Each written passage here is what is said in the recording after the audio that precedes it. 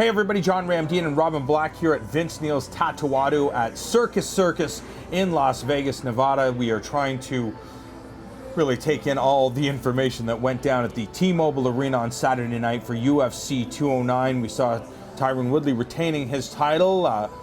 We thought because of what happened with the Tony Ferguson-Khabib fight, we were told that it was going to be Alistair Overeem and Mark Hunt in the co-featured bout. It ended up being the Swedish fighter David Temur taking on Lando Vannata, and I think he surprised a lot of people. Certainly surprised Lando, and yeah, he did.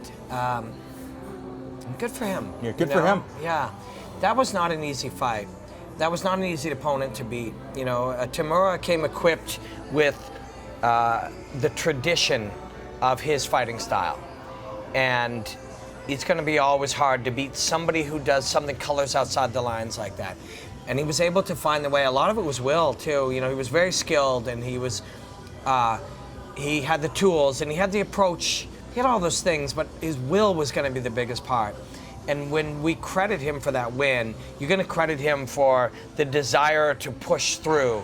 And whether he knew he had that or not before, he certainly knows he has it now. And while you're talking about will, I don't think we've really, when you look back, one of the most impressive displays of will in recent memory anyways, Darren Elkins taking on Mirsad Bektic. Bektic, the huge favorite going into this 45-pound matchup, and we saw why. He looked sensational.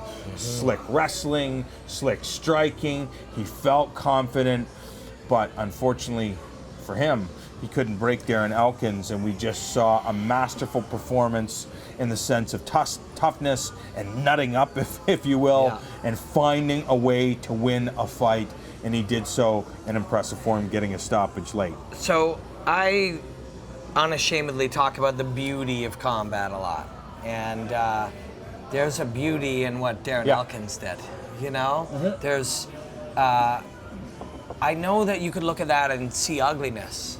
You know, he's beaten up, he's desperate, you know, but there's a real beauty in that. That is an element of the human spirit that is a key to where we are right now and how we live and how society exists, is that nature of overcoming no matter what's in front of you. And Darren Elkins personified that on the night. And that is beautiful. I agree 100%, but I also talked to his coach, Justin Buchholz, and I said, there's no way you want your fighter to fight this way.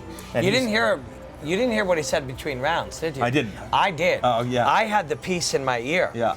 As I was doing that UFC Sidekick show with Eves and John Dodson, and they went to Buchholz's corner, and in my ear I hear Buchholz say, "This is the fight we were expecting. Yeah, right. This is the fight we knew was coming." True. And he encouraged him to be, on some level, they had realized. I mean, imagine it. Just imagine it. Well, imagine it. You know where you are, and you know this guy's skill level, and you know the only hope that you really have, or your best hope, is to draw all of that out and use toughness and will and you grit break him with him on top of you, which seems very. It's a shocking scenario when you think about that. Which is why it's beautiful. Yeah, it's so rare. You don't. Most of us can't deal with like your boss giving you a dirty look. Do you know what I mean? Most of us can't deal with the bus being late. You know, a lot of us feel stress when our app doesn't work. Did you see what that man went through? Yeah, I know. It's so rare in our society right now that you have to admire it and find beauty in it. A couple of other performances, Alistair Overeem having to deal with a bunch of health issues.